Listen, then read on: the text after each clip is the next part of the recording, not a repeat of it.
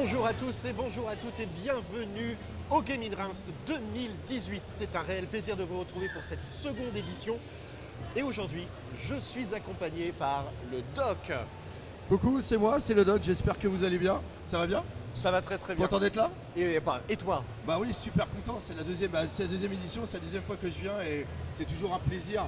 Le public de Reims c'est vraiment merveilleux, donc on ne peut être que content de revenir.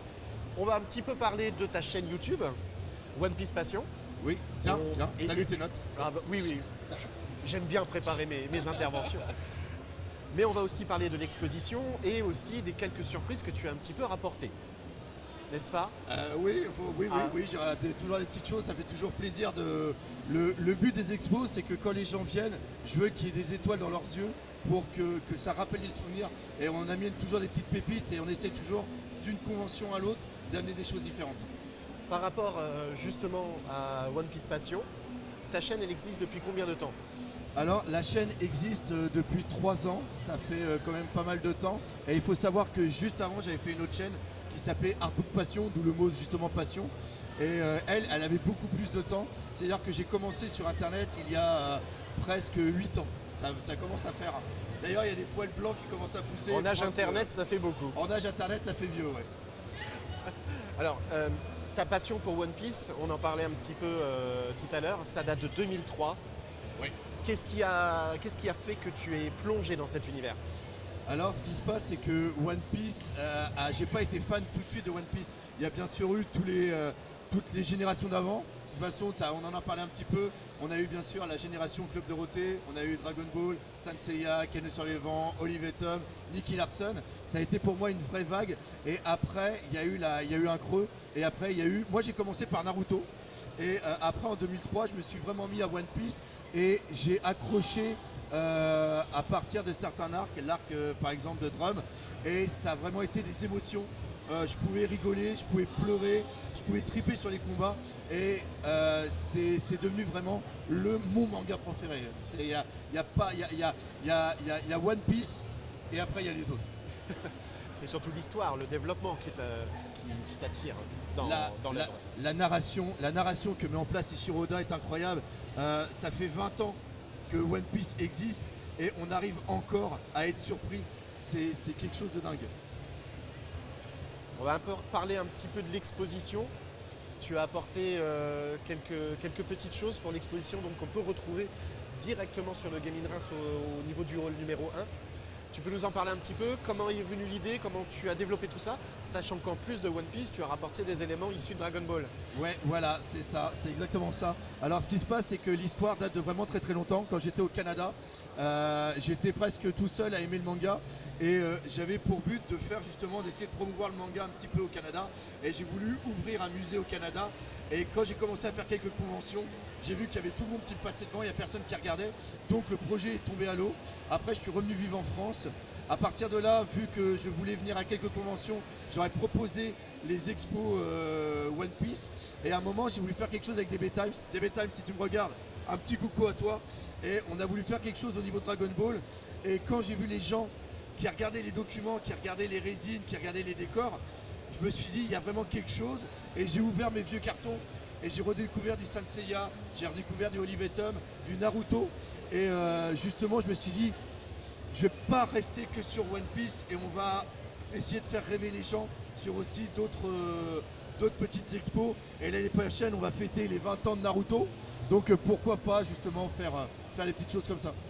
Quand on va sur le stand du musée, on peut apercevoir 3 magnifiques statues en résine. Tu peux donner un petit peu leur histoire à ces statues-là? Les statues en résine, c'est quelque chose de... J'adore ça parce que c'est des grosses pièces qui vraiment racontent une histoire. Et l'inconvénient, c'est que c'est vraiment très onéreux et tout le monde n'a pas les moyens d'acheter ça. Et ce qui se passe aussi, c'est que quand je fais des vidéos où je fais des unboxings de résine, les gens les voient. Mais quand ils viennent en convention, quand ils les voient dans les vitrines, qui a été fait par un de mes amis qui s'appelle Gaëtan, les gens se rendent compte de vraiment la taille et de la beauté du travail qu'il y a derrière. Et c'est ça qui est génial.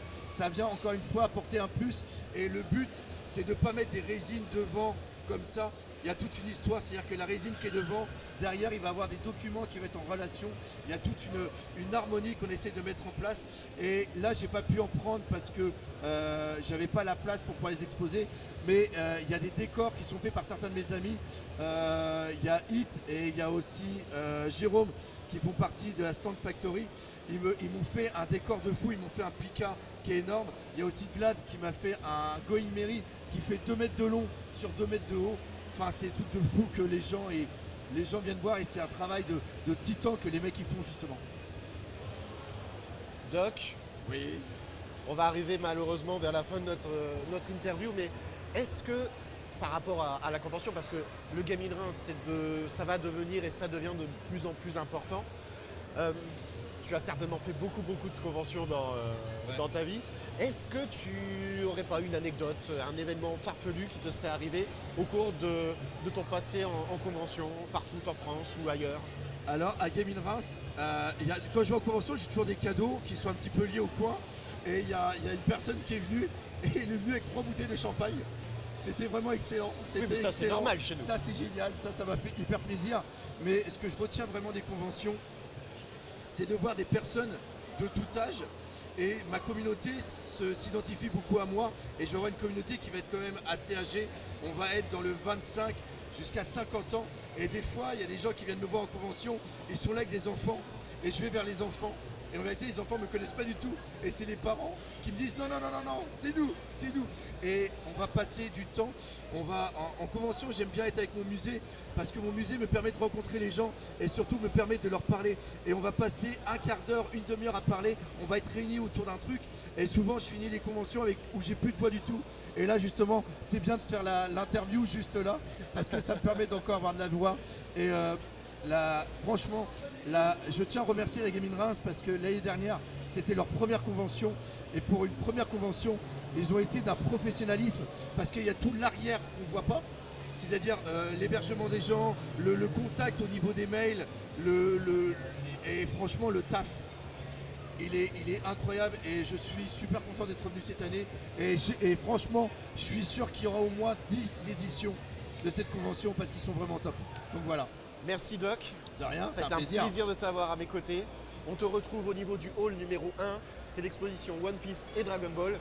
N'hésitez pas à aller y faire un tour, bien entendu.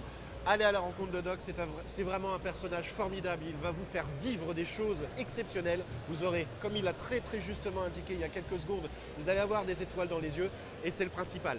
À très bientôt pour une nouvelle interview.